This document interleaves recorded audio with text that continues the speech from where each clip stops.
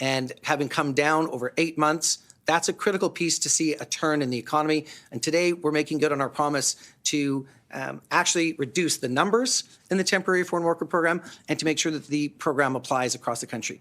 Merci beaucoup, and I'll turn now to my colleague Mark Miller. Thanks, Randy. Bonjour à tous. Merci, Randy, d'avoir.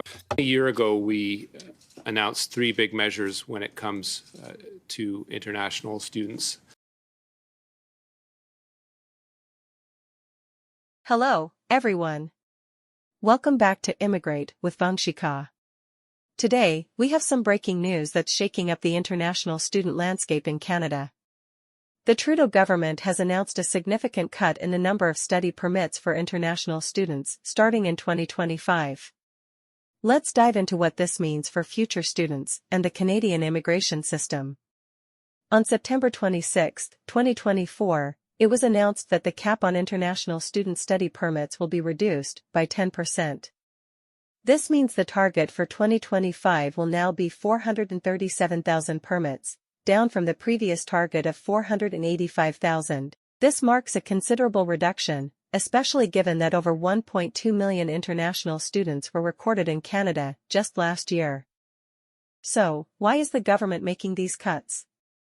The primary reasons are the ongoing housing crisis and affordability issues across Canada. Many Canadians have expressed concerns that the influx of international students is straining public services and the housing market. The government is under increasing pressure to address these concerns, and this decision is part of a broader strategy to balance immigration with the needs of Canadian society. In addition to the cap reduction, there are several other important changes being introduced. New language proficiency requirements. Starting November 1, 2024, applicants for post-graduation work permits will need to meet specific language benchmarks, CLB Level 7 for university graduates and CLB Level 5 for college graduates. Including master's and PhD students in the cap, the new regulations will also affect master's and doctoral students, who were previously exempt from this cap. Shorter duration for low-wage permits. The government will limit low-wage permits to 1 year, except for certain sectors like agriculture. These changes are expected to reshape the international student landscape in Canada. While there are still many opportunities for students to study and work here, the government aims to ensure that the system remains sustainable and focused on meeting Canada's labour market needs. Let's take a look at Mac Miller's official statement. Let's set the table further a little. When you look at the growth that we have seen in people that are temporary residents of Canada, that's something that has grown almost exponentially over the last few years, from about 437,000 individuals in 2019 alone to about 1.2 million in 2023. That comes with consequences, but let's not also forget the importance that immigration generally, the importance of people that are here on a temporary basis has done for the economy. The Bank of Canada has said it, the International Monetary Fund has said it, the immigration writ large has been in part responsible for preventing us from going into a recession, has been important for the net growth in the gross domestic product. Again, this has been important, and it's been important to the growth of the country, but I think it's safe to admit that we have allowed certain aspects of this to get overheated, and probably for too long.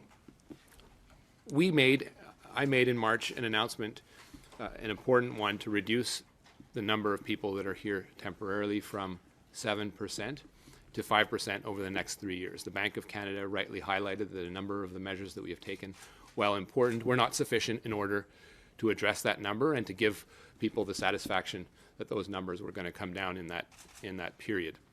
Today, along with the announcements that Randy is making, we are announcing further measures, specifically, importantly, with respect to international students, and a few other ones that I will go through here shortly. First, I'd like to say that the measures that we've taken with respect to international students, and again, taking a step back, international students and the postgraduate work permits that come with it, occupy about 50% of the temporary workers that are here in Canada. The programs that Randy administers about 10-15%, depending how you're counting. So the growth in the international student space, along with the postgraduate work permits that come with them, the spousal permits that come with them, are ones where we owe it to Canadians, and in the context of an economy where the labor market in some areas is constricting, we need to adjust accordingly. I would say that the measures that we've taken up to now are working. You have seen more than anecdotal evidence that there has been an impact on certain rental markets where students are more prevalent. And this is an announcement in advance of the annual level plan that I know a number of you are eager to hear me on, that I will be announcing on November 1st. And integrating for the first time ever a fuller picture of what immigration looks like in our country and what we are projecting for the economy, for Canada, for our social cohesion for the next 3 years. So today I am announcing 6 additional measures, and I'll go through them in a little bit of detail because I think that's important. Dans ce calcul. For those of you that are looking at the numbers, you will see the number I announced is higher as part of the first measure I'm taking, and that's because of measure 2, in which we are carving in master's and PhD programs. So simply put, the international student cap is here to stay. Over the next 3 years, and I think this is important, we expect these changes to yield approximately 300,000 fewer study permits. A Canadian language benchmark, CLB, level 7 for university graduates and CLB 5 for college graduates will be required for anyone applying for post-graduation work permit on or after November 1st of 2024. We know that people that can speak the language are better equipped to succeed in Canadian society. This is a more stringent requirement that I think is very important if we are going to continue the successful story of integration of some of these people into Canadian society. Fourth, for prospective students applying on or after November 1st, post-graduation work permit eligibility will depend on the level of study. Graduates from bachelor's, master's, and doctoral degree programs will remain eligible for a work permit up to 3 years. These graduates are more likely to acquire transferable knowledge and skills and be able to adapt to changing economic circumstances over the long term. Through 3 years, we expect these changes to yield approximately 175,000 fewer postgraduate work permits. In the near future, we'll also take further measures to restrict eligibility to spousal open work permits. The fifth measure that I'm announcing today will be to further limit work permit eligibility to spouses of students in doctoral and certain master's select professional programs and certain pilot programs. And over the next 3 years, we expect that measure and these changes to yield approximately 50,000 fewer work permits for the spouses of students groups. And sixth, unrelated to students and postgraduate work permits, we'll also be limiting work permit eligibility to include only spouses of highly skilled, specialized workers such as C-suite executives, scientists, engineers, lawyers, professors, and technicians, or of workers in sectors where there are those key labor shortages. Spouses of workers in critical sectors like healthcare, construction will also obviously continue to be eligible for those work permits. As a quantitative measure, again, over the next 3 years, we expect these changes to yield approximately 100,000 fewer work permits. Again, I do stress that these are estimates and obviously will need to be tracked closely internally to be a little more restrictive on who gets visas, looking at countries where we are seeing people exploiting the visa system. That is to say that those that are claiming for asylum are not legitimate asylum claimants,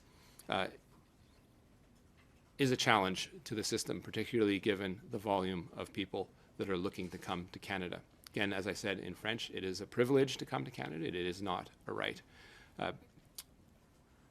If you compare the numbers of people that have come in, for example, in one country where we have had some of those challenges from India, we have seen those visas jump down from around 50,000 in January to less than 10,000 in August. Again, these are preliminary numbers, but it is an indicative sign that the measures that we have taken over the summer after discussions with my provincial colleagues. So, what do you think about these changes? Will they make it harder for you or someone you know to study in Canada? Share your thoughts in the comments below. And if you found this video informative, don't forget to like, subscribe, and hit that notification bell for more updates on immigration news and tips. Thank you for watching Immigrate with Vanshika. Until next time, take care and keep dreaming big.